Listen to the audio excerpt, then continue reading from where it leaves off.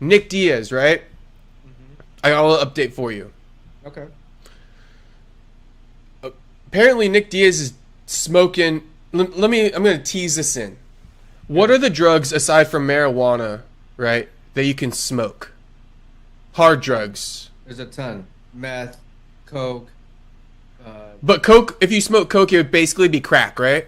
it's crack, yeah. So aside from meth and crack, I guess there's heroin. Heroin, you can smoke heroin. You can smoke fentanyl. You can smoke all of them pretty much. Fent, yeah, you can't smoke fent.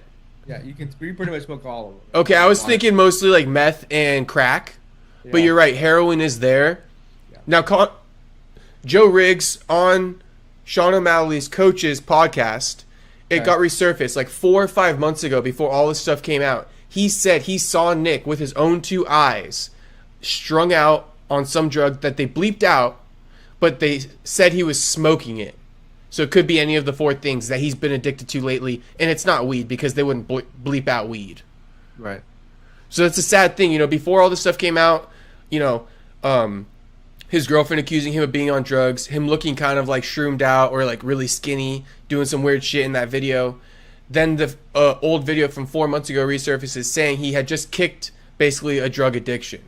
So I think it's safe to say Nick is addicted to drugs, and we brought that up, right? I touched on it. I said he's doing party favors. I don't know if he's addicted, but he's definitely doing it with the homies. That does mean he's kicking it 5 days a week. So make of that what you will. And now I'm coming full circle and saying it seems like he was fighting an addiction. Well, is fighting addiction, yeah. I mean, it seems like my guess is that he was addicted because Joe Riggs said he got clean and started training Okay. for Vicente, but he saw him when he was addicted. So my assumption is he's like basically struggling getting off. Right. Yeah, like he's like like withdrawals, right? They get skinny. He's probably like cold sweats, maybe going back to it. I think he's in that fucking realm right now. Yeah, that's sad. Very sad. So just like an update, I guess there's not much to be said, but it seems like that old video would confirm that it's nothing like mild with Nick. It's actually pretty Yeah. serious. And he said he has no money either. He said he's broke and has nothing to his name. Yeah, it's just that oh, that's what I was gonna bring up to you. Fucking Vice is dropping. You know how they did with like the dark side of like their dark side episodes Yeah. series. They're gonna do the dark side MMA. Oh shit. Okay. Drops January, I think 18th. January 18th, the dark side of MMA. Yeah, because you know how they do the dark side of like wrestling. Yeah. Dude, those were crazy, right? Yeah. They did. So they just, I guess they just wrapped up all their things, edited everything. They're ready to roll out their whole series beginning of next year. Dana You White's watch the promo. No, I will for Oh, sure I watch know. that. Dana, Like ooh. CTE shit, drug shit, fucking like all this shit you saw wrestling, but on the MMA side. Because now they have enough shit that you could talk about. They have GSP on there. Mm. Yeah. Dana's probably fucking over, like, looking through the video script right now, like, looking he for has copyright to, claims. bro. Oh, he He's has trying to to. copyright them, delay that any way possible. He has to. I want Hey. to see if the dark side of combat sports. Okay, Dark Side of Combat Sports. I got a question for you. Because I think this one totally got swept under the rug, but, you have planted this seed, call it blame, call it credit, whatever you want. But you planted the seed in my mind about CTE, and I've been pushing the topic. I've been pressing it. Bringing up the testimonies nonstop. Even in my personal interviews, right? Now let me ask you something. Because again, you originated this thought in my mind. Okay. Dana White got asked about Nick Diaz's incident, right? Why the fight got canceled. Dana completely no-sold it, said he hadn't even heard of it, and they asked him, what do you make of that video? He said, well, I've seen a lot of videos of Nick. Basically refused to acknowledge it, and even went as far as to say he didn't even know the fight got canceled. Is he worried, and does he know more than what he's leading I hate when on? he does shit like that, bro. Because to me, that was some of course, bullshit. dude. Come on, of course. But bro. he's quaking in his boots because Nick has CTE bullshit, and he doesn't want to acknowledge it. That's my theory. You tell me your theory. No, I agree with you. Like, he does this a lot. Well, he knows answers to these questions, and he just wants to, he likes to play dumb. Like, I didn't know Nick fight got canceled. That happened? Yeah, exactly. He likes to play, oh, I didn't know that. That's news to me. Yeah, Like, that bro, happened? like, you're the head of UFC. Come on, bro. Like, you know exactly what the fuck's going on, dude. Yeah, this I think, you know, the UFC as a whole are probably looking at how the NFL handled it and putting together some very strategic plans to be like, hey, you know, because this could be like a 5-10 year plan, right? Because they're going to start getting more lawsuits coming, you know, they're going to be related to this type of, God forbid, something like you know who Junior Seau was? Yeah. God forbid, you know, years a suicide, now, right? Yeah, a fighter, you know, Chris Benoit, that was even worse. Right. So I mean, you just need a couple of those stories to start coming out. Start seeing more fighters, like, you know, now in their 50s, because now you're seeing some of these fighters in their 50s, you know, and you're like, oh damn, did you see him? Like, he don't look right. Mm-hmm. Something's not right there. It's, you know, it's a violent sport. It changes the way I even look at the guys who are fighting today, because I look at them right now and they're in the primes of their life, and I'm like, then you look at their previous fighters, and I'm like, I hope to God you aren't them one day, you know. You know, it's such a double-edged sword, because I know exactly what you're saying. You know, it's like you don't want to see these guys 20 years from now who are your heroes and are like, you know, can't even talk or something. I mean, look at Muhammad Ali, you know, the greatest of all time. Think about that, Muhammad Ali. Like, at the end of his life, you know, he wasn't even. That's not what you could say living. You know. No. And he was like 60. Right, and so like it's one of those things where, you know, it is a double-edged sword, because we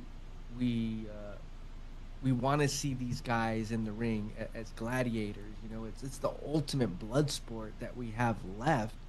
It gives a lot of them opportunities to change their lives for their kids and their families. You know what I mean? It's a lottery ticket almost, and so yeah, it really is. It's a double-edged sword. It's a double-edged sword, because you enjoy the fuck out of their performances, but then at the same time, what you're rooting them on for is going to shorten years off their life.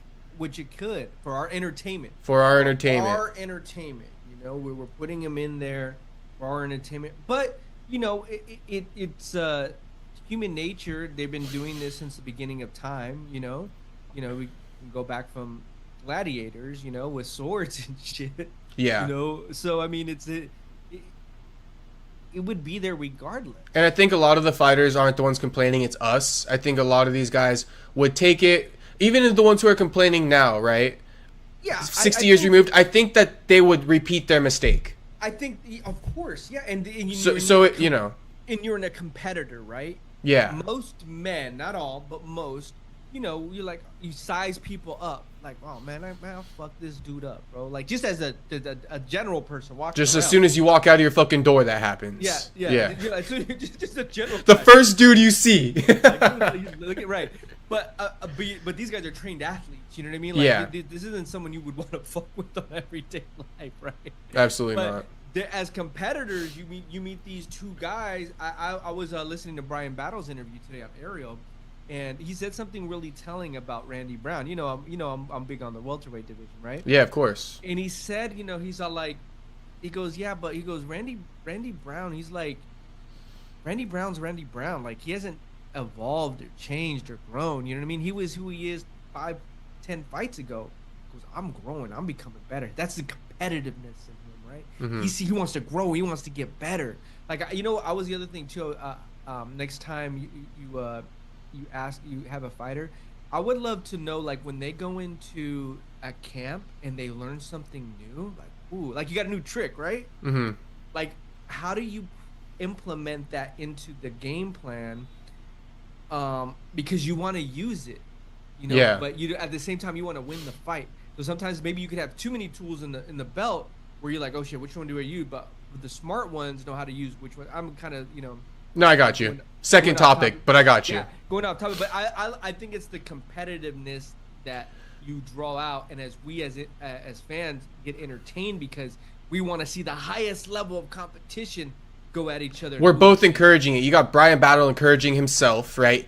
Like you're saying, Brian's got all these skills that he wants to test. He wants to put them to the test, which means you're putting your chin on the line, your brain health on the line. But you want to do that to test these skills, right? Right. And then you got us who are like, hey, Brian Battle, he's about it. You better wait and see what he can show in the next one. So Right. you got us hyping him up, he's hyping himself up, and like I said, I think that if they were to go back, they would run it back the same way. Like I keep saying, just give them the money. Just give them a lot of money. And I think if we were to talk big picture, that's That's all they're complaining about. And I think it's the protection afterwards, right? Right. Like you need to have some type of what word do I want to use? Like health or something. You know what I mean? Like in play there. Right. Like I don't even know what word I want to use. Just some types of things to be able to just facilitate a better life. Let's put it like that. Yeah, like the UFC PI for UFC fighters, how it facilitates their training. There should be a UFC PI for past fighters that facilitates their health and wellness. That's a great idea. I feel like I just created.